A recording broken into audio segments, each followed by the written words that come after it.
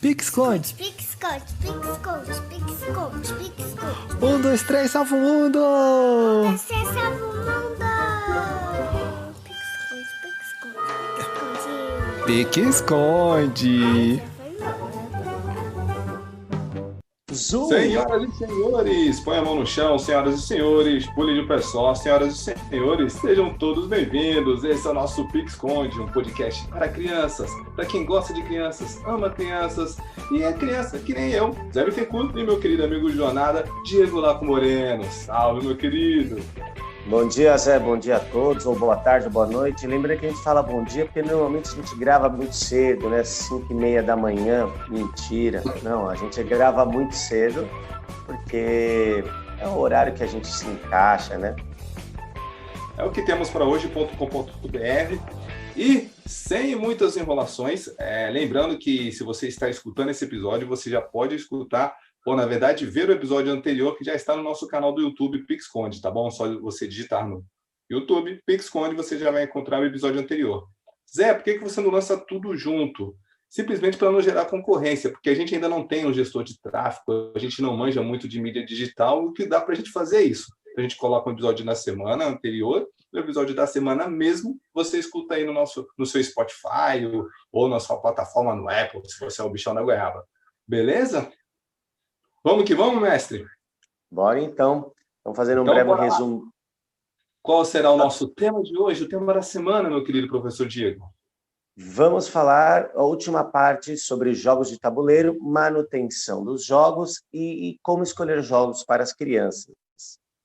Muito bem. Para você que está escutando agora, escute o episódio 2, a parte 2 e a parte 1, porque lá a gente fala sobre os jogos, alguns tipos de jogos, como jogar alguns tipos, possibilidades. Então, agora, se você falar, poxa, eu vou ouvir esse episódio agora, não tem problema, mas fica bem mais legal se você ouvir todos os outros. Hoje a gente vai falar de um tema bem específico, que é a escolha de jogos para as crianças e como cuidar do seu jogo. Muito bem, gostei, viu? Para falar em cuidar do seu jogo, aqui a gente tem uma metodologia muito bacana. Eu e minha filha Lívia, a gente faz um esqueminha de, por exemplo, é óbvio que a gente não leva muito ao pé da letra para não forçar muito, mas a gente brinca do brincou, guardou. Então ela já sabe, né? Em vez de ficar espalhando tudo, principalmente os jogos, a gente sabe que tem que ter um cuidado, porque faltou uma pecinha, já era. O que eu faço? Eu vou lá, Lívia, terminou de brincar? Terminou, então vamos guardar. Então ela já sabe que tem uns saquinhos bonitinhos, coloca os pininhos. No caso, esse aqui é o jogo do Ludo, que é o nosso mais recente, a nossa mais recente aquisição.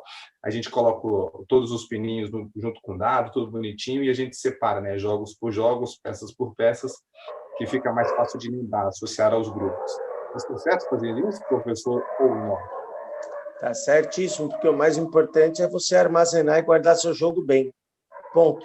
Se você usa essa técnica, se você tem uma sala de jogos e o jogo pode ficar em cima da mesa montado, aí cada um vai trabalhar com aquilo que tem, com aquilo que é possível fazer. Então, o negócio é, faça o melhor que você pode com aquilo que você tem em mãos.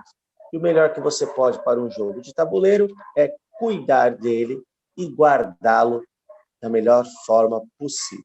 A gente pode falar agora já direto do armazenamento depois das escolhas, Zé? Acho melhor, hein? Já estamos nessa linha, assim, ó, nesse gancho a gente vai que vai.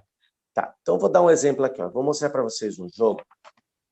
Lembrando que a gente fala de jogos de tabuleiro, então a nomenclatura em si pede um tabuleiro, mas a gente está falando um pouco mais abrangente dos jogos de uma maneira em geral, que você guarda numa caixa, que você brinca no chão, com jogos de carta. E esse que eu vou mostrar agora é um jogo bem antigo, tem o tema do carrossel, mas ele chama Tapa Certo. O Tapa Certo é um jogo muito legal. Acho que todo mundo já deve ter, algum momento, brincado com essas mãozinhas aqui, que tem umas borrachinhas. Da hora. Quem nunca pegou no irmão, ou quem nunca tentou grudar esse negócio na testa e ver quanto tempo fica na testa, né? Então, enfim. Vamos falar sobre a manutenção do jogo. Vamos pensar, esse jogo ele é composto por essas mãozinhas plásticas com uma ventosa. Ok. Baralho, peças, né, que você tem que pegar. Então, esse jogo era da minha prima, quando ela era criancinha. E o jogo está perfeito, em perfeitas condições. Por quê? Porque sempre foi muito bem guardado, muito bem cuidado. E eu vou falar para você, começando da abertura da caixa. Então, quando você dá para uma criança, a primeira coisa, você tem que ensinar. Não adianta porque você sabe, ou achar que a criança vai abrir do jeito que, só porque você acredita que é aquilo, ela também já sabe. Não. Tudo é ensinado. Então, como que a gente abre um jogo? Então, normalmente a gente tem duas, né? Normalmente esses jogos que vêm assim, não tem abertura frontal, a gente precisa abrir um dos lados. Então, com muito cuidado, a gente tem que abrir esse lado e manter sempre o mesmo lado para ser aberto. Por quê? Porque ele vai desgastar, é natural, é um papelão. Então, quanto mais você joga, ele vai esgarçando. E o outro lado, é interessante fazer o quê? Passar uma fita. Não sei se vocês vão conseguir ver, mas a gente passa um durex para evitar que quando você pega e diga, vamos jogar, cai tudo por baixo. Então, um lado a gente põe a fita e um lado apenas para abrir e fechar o jogo. Ok? Fez um rasguinho na caixa, põe uma fita. Muitos jogos, muitas vezes, vêm com a maneira de jogar no verso e não com o manual dentro. Então, é importante você sempre prestar atenção nisso, e conforme a criança vai crescendo, ela, já alfabetizada, ela pode jogar lendo ali e não vai precisar de um adulto junto, ok? Então, abertura da caixa, primeira manutenção que você tem que ter. Cuidado o local onde você armazena. Mas Diego, eu perdi minha caixa. Não sendo um tabuleiro grande, esses bem rígidos, porque tem jogos mais simples, que são um papelão bem fininho. O que a gente precisa fazer? Armazenar em algum lugar e rápido. Porque vai perder o jogo se não cuidar. Caixa de sapato, às vezes é uma boa opção para você guardar. Agora, como o mercado virtual manda direto, às vezes a gente compra alguma coisa, sempre tem uma caixa legal guardar. E se não tiver, dica, pega o papelão, um papelão simples, abre ele e monta a sua caixa do tamanho do tabuleiro que você precisa. O negócio é guardar. Aí você já pega a própria criança, pinta lá de guache, jogo das serpentes, não sei o quê. Bom, caixa é isso. Quer perguntar, falar alguma coisa da caixa, Zé? Por falar em caixa, sim, eu lembrei de um fato interessante que, obviamente, que durante a pandemia a gente fez uma maratona de brincadeiras, de jogos e descobertas. E uma delas foi eu reabrir o meu Ferrorama. Quem é dos old school sabe que é o Ferrorama, que é um brinquedo que faz imita o trem, tudo bonitinho. Nossa, a Lívia pirou, ela gostou demais. E, obviamente, que eu tive cuidado com o brinquedo, mas eu não tive o cuidado com a caixa. Então, eu falei, eu vi que a caixa era original, mas tadinha, né? Não está mais entre nós. Então, ela... Mas aí, o que eu fiz? Eu lembro que, assim, eu até tinha... Eu não cheguei a tirar foto, mas eu tinha colocado umas fitas, mas, cara, não virou muito com ela, porque, assim, ela já estava bem rasgadinha, já estava bem estragadinha. Mas, assim, o brinquedo estava intacto, aí eu só tive que trocar, eu coloquei... A caixa de isopor dela estava funcionando, era só a embalagem mesmo por fora. Aí eu coloquei num saquinho plástico, tá fechadinho, bonitinho, protege da poeira, todas as pecinhas, porque o Ferrorama tem nesse esquema da caixa, onde você guardar exatamente cada peça. Então, os trilhos ficam de um lado, o trem fica do outro, o sinalzinho que eles colocam lá, a sinaleira que eles falam, tem tudo bonitinho encaixado, então não tem como perder as peças. Agora é só curtir depois. O meu irmão teve Ferrorama, ele cuidou tão bem que depois que ele ficou grande, ele vendeu no LX, porque ele queria o dinheiro. Então, ele vendeu o Ferrorama dele, muito bem cuidado. Eu já não era uma criança que cuidava tão bem, eu tive um Autorama. Isso era legal, hein, rapaz? Isso era da hora. Eu brinquei muito, muito. Fiquei com aquela caixa por muito tempo, muito, mas não foi um brinquedo que eu passei para frente, até porque, às vezes, derrete um negócio, cai um fio, tira aquele fiozinho debaixo dos carrinhos, parece um bombril que faz o contato. Né? Quem nunca pegou aqueles carrinhos e falou assim, agora eu vou fazer meu carrinho rápido. Aí pegava, você virava o carrinho ao contrário, tinha uma pecinha de metal que dava contato com a parte metálica da pista. Aí você afinava, passava o dedo para deixar exatamente, porque você achava que se fizesse aquilo, o contato aumentava e seu carro virava Ayrton Senna, né? sendo que, na verdade, você era um desesperado que apertava o botão e não largava na curva. Então, o seu carrinho fazia o quê? E passava direto pela curva, você ia buscar ele no tapete do outro lado, e seu amigo, calmo, e soltava o dedo do botão, fazia a curva, ou seu pai e sua mãe mantinham o essencial da vida, que é a constância. Apertou, e nós, os desesperados, quer ganhar a qualquer custo, taca-lhe pau, Marcos. E para você que não entendeu quem é Ayrton Senna, foi um dos maiores pilotos de todos os tempos da Fórmula 1, inclusive Lewis Hamilton, que atualmente é um dos melhores pilotos de todos os tempos, é super fã do Ayrton Senna. É só você digitar lá no Google Ayrton Senna, você vai ver que ele é o bichão da goiaba mesmo. Nós tínhamos essa brasileiro. Deixando claro que Ayrton Senna é made in Brasil. Made in Brasil, levantava a bandeira com muito amor, viu? É isso aí, mestre. Seguindo o rumo dos cuidados. Tá, vamos lá, próximo passo. As peças do tabuleiro. Então, um jogo como esse, que, vou falar para você que esse jogo aqui tem aproximadamente 14 anos, tá? 14 anos. A ventosa, tá? Então essa ventosa, aquele negócio que a gente passa a língua para grudar no banheiro as coisas, para um jogo desse, é essencial, porque sem isso aqui você não joga, porque você precisa dar um tapa, por isso, ouviu o som? Ficou grudadinho, então a ventosa funciona. Então, isso é o mais importante. E essa pecinha, ela costuma rachar, quebrar. Então, se você perceber que peças de borracha de um jogo começaram a ressecar, às vezes não tem o que fazer, é o tempo mesmo. Se você tiver contato e tiver uma peça de troca, ótimo. Se não tiver, gambiarra. Funciona muito bem. Mas no sentido MacGyver é assim. Alguns jogos a gente não precisa descartar porque perdeu uma parte. Tente colocar de novo alguma forma que ele funcione. O objetivo do jogo não é uma ventosa que gruda. Às vezes você não tem do jogo, mas é uma ventosa simples que você encontra em outro lugar. Adapte. Se for possível, ótimo, você não vai perder o jogo. Se não for, você perde só a pecinha. Bom, borracha, então, sempre com muito cuidado para que ela não resseque. E se ressecar, tudo bem, faz parte. Próxima parte, então, peças de baralho. Ou, isso aqui é um papelão, tá? É um papelão frágil. É com isso aqui que a gente brinca no jogo, né? A gente dá um tapa nele para pegar. Então, não adianta ele estar envergado. Ele tem que estar do jeitinho que é bem plano, para que a ventosa grude nele, ok? Armazenado sempre num saquinho plástico, qualquer tipo de saquinho. Ai, Diego, não tem saquinho bonitinho com sei lá o que do Ziploc. Saquinho do supermercado, embaladinho, fechadinho. Por quê? O papelão começa a pegar muito pó e ventosa não são coisas que combinam, não rola o jogo. E aí você quer brincar, e o que era para ser divertido fica chato, porque começa todo mundo a ficar nervoso, começa a bater o negócio, e não gruda, aí começa a lamber a borracha, aí molha o papelão, aí vem aquele negócio que estraga o jogo. Então, saquinho plástico... O tapa fica errado. Aí pega o tapa, dá no amigo, não pode. Mas aí, enfim. Então, peças de borracha de jogos, peças de papelão, sempre mantenham cuidado, peças plásticas rígidas, tomem cuidado para não guardar de qualquer jeito, isso aqui quebra. Tá? Eu estou falando só do armazenamento por enquanto. E madeira, gente, tem que cuidar muito.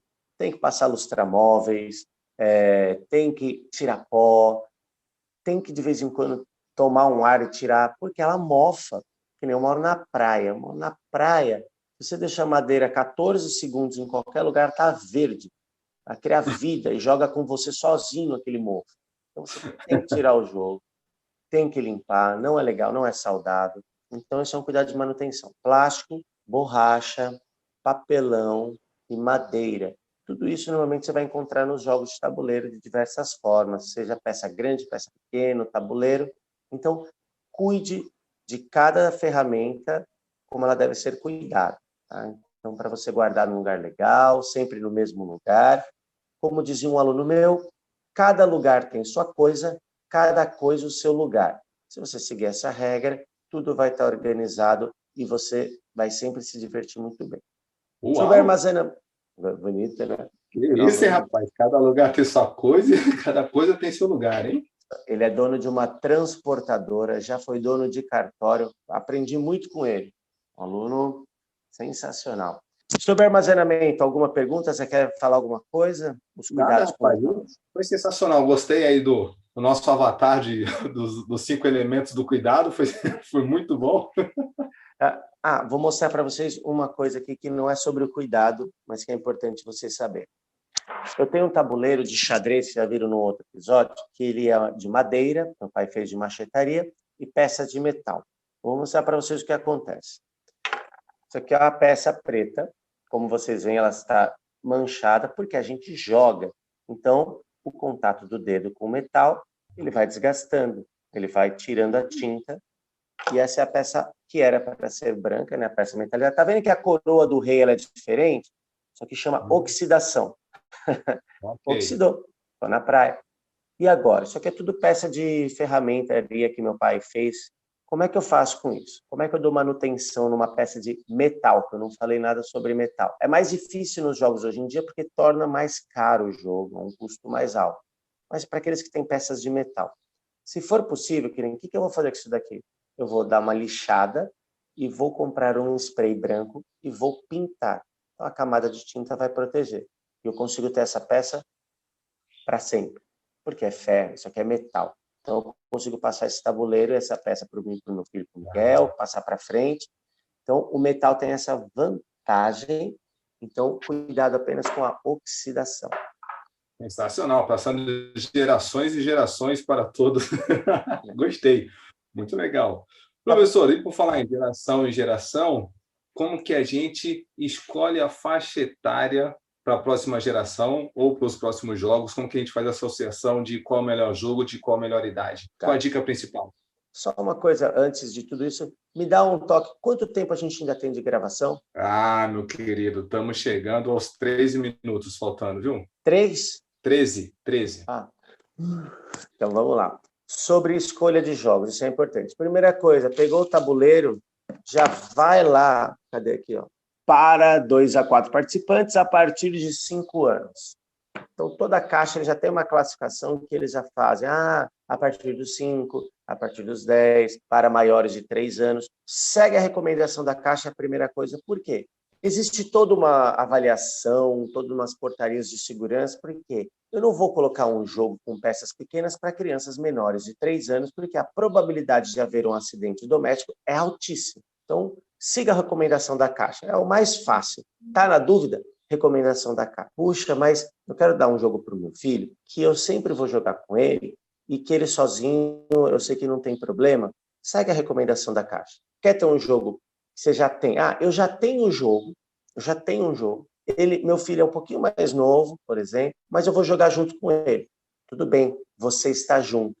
Um adulto acompanhando. Primeira coisa de escolha do jogo é pela segurança por conta do tamanho das pecinhas, manuseio, porque existe a questão da motricidade fina.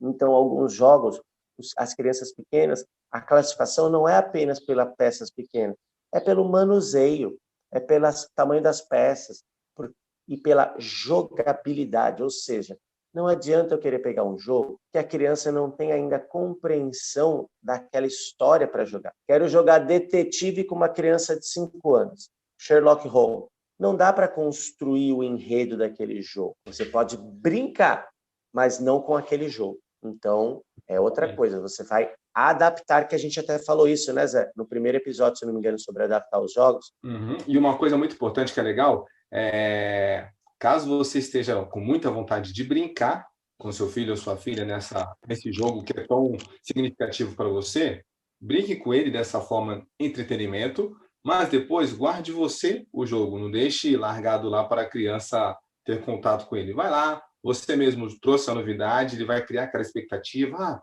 cria uma historinha, cria você um enredo para o seu filho ou para sua filha, faça brincadeira com eles, tudo bonitinho, e depois você guarda. Depois do jogo, desse momento que vocês tiveram, você guarda bonitinho, tá? Aí finaliza o jogo, porque aí você cria toda essa expectativa de, na próxima oportunidade que vai ter, nossa, vamos jogar novamente, quando que vai ser de novo? Aí você cria e tem o cuidado exato com o seu jogo. beleza? Lembrando que as crianças espelham as nossas ações mais do que as nossas falas. Se você falar para ela, cuida do seu jogo, mas você não cuida das suas coisas, dificilmente a sua criança vai ouvir você, ela vai espelhar aquilo que você faz. Então, eu não estou falando só de jogo, hein, gente? Estou falando de tudo que a gente faz.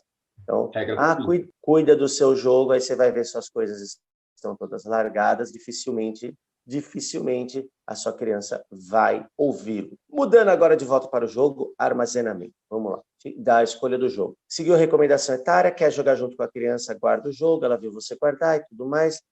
E aí eu vou escolher a forma de um jogo divertido. Os jogos de tabuleiro, eles são interessantes porque existem os jogos de percurso. Então, quando eu tenho crianças mais novas, escolham jogos rápidos. O que é um jogo rápido? É um jogo que o tabuleiro, é um jogo que as peças, ele começa e termina, e eu jogo ele várias vezes.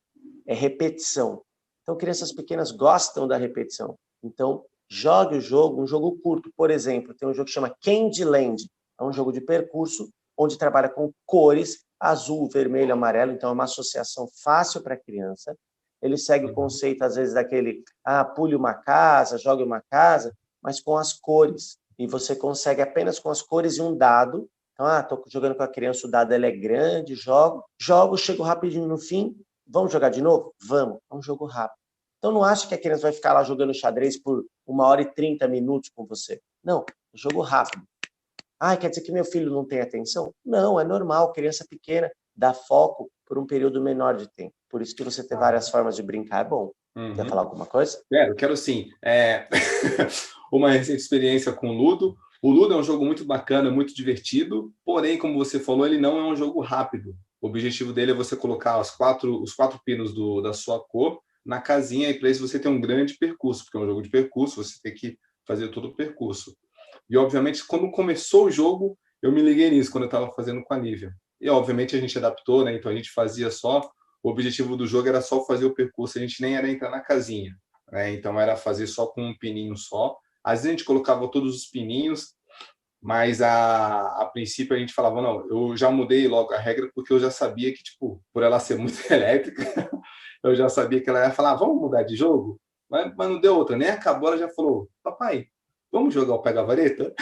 Porque eu já sabia, eu já me liguei nisso. É importante, então, a galera estar atento nesse assunto. Sim, ó, pega-vareta é um jogo que é maior exemplo de um jogo que exige paciência, concentração, mas é rápido, porque você tem que pegar a varetinha, não pode mexer nos outros, e é um jogo que você joga algumas vezes, pronto. Você mata aquela vontade, ele é divertido, as regras são tranquilas, se você seguir todas as regras, as pontuações porque acho que é importante saber, cada vareta tem um ponto, não é colorido só porque é bonitinho.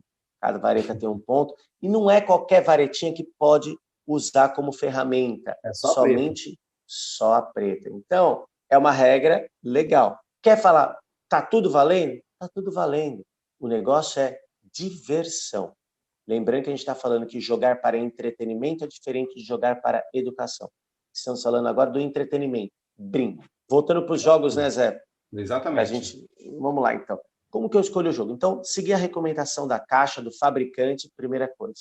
Segunda coisa, quero ensinar um jogo diferente. Então, pense assim, jogo de percurso. O jogo de percurso é o Serpentes e Escadas, Candyland, Ludo. E aí, dentro do jogo de percurso, escolha um que você acha que se enquadre legal com o perfil de quem você vai dar o presente. Para criança, seu filho, sobrinho, não importa. Depois do jogo de percurso, a gente tem aqueles jogos de capturas de peça. A dama, o próprio xadrez, que é um jogo mais avançado, jogos de tabuleiro do mundo inteiro, onde eu tenho que capturar as peças. É um jogo divertido, é um jogo legal, e você vai olhar a criança que está jogando. Se ela é uma criança que consegue ter um nível de concentração maior, funciona muito bem os jogos de captura, porque eles levam um tempo um pouquinho maior.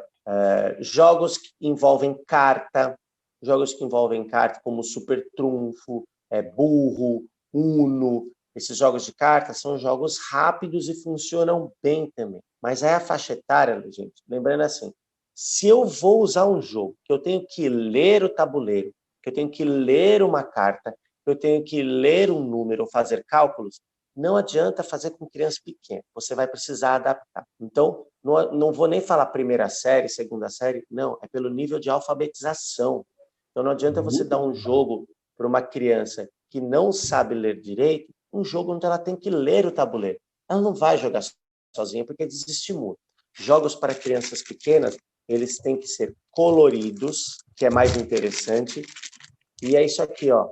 Imagem, foto, imagens que valem ali de estudo. Então, eu tenho que achar essa imagem aqui. Então, é de fácil visualização, tá bom? Então, para crianças menores, bastante cores, que não tenham muita escrita. Depois da alfabetização, jogos que você pode ler um card de forma rápida, mas que ainda não exige o raciocínio lógico muito intenso, tá bom? Vou avançando os jogos, conforme vai ficando mais velha a criança, eu começo a entrar com jogos de raciocínio e de desafios. Então, por exemplo, aquele jogo de música. Antes tinha um jogo chamado Desafino. É um jogo que eu tenho que ter um acervo musical, conhecer bastante músicas. Eu tenho que saber assobiar, tenho que saber bater palma, eu tenho que ter noção rítmica. Então, não adianta fazer com uma criança menor, é um jogo mais já para os adolescentes.